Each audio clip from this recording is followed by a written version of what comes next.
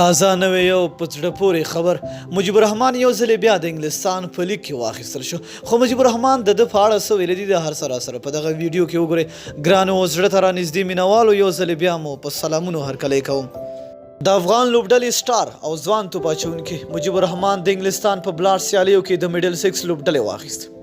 د کرېبز ویبپاڼې لیکلي چې مجيب به د 2000 کال انګلستان په بلاډ سوداګریزو کرکټ سیالیو کې د میډل 6 لوبډلې وپیره او تر کوارټر فائنل سیالیو بل د لوبډلې سره مل وي 2019 میلادي کال کې هم مجيب په همدې لوبډله کې لوبېدلی و او یو ځل بیا ورسره دې لوبډلې تړون تازه کړ د 2013 او 2019 کلونو په پړاو کې هغه د میډل 6 لوبډلې لپاره پلس لوبو کې حاضر و خو وروسته ترې بیا د افغانستان لوبو لپاره راغی افغان زیرک توپ اچوونکی مجيب الرحمن ویلي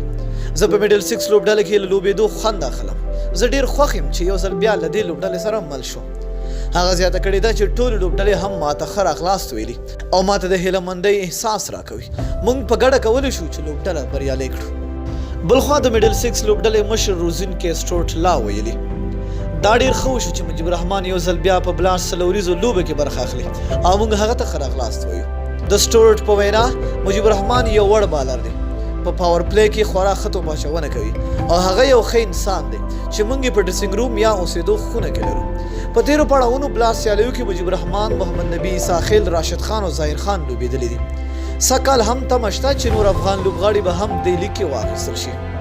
2020 میلادي کال کې د بلاډ سیالیو درېیم پړاو دی چې د مې په 28مه نیټه به پیل شي او د ډسمبر په 15مه نیټه به پای ته ورسیږي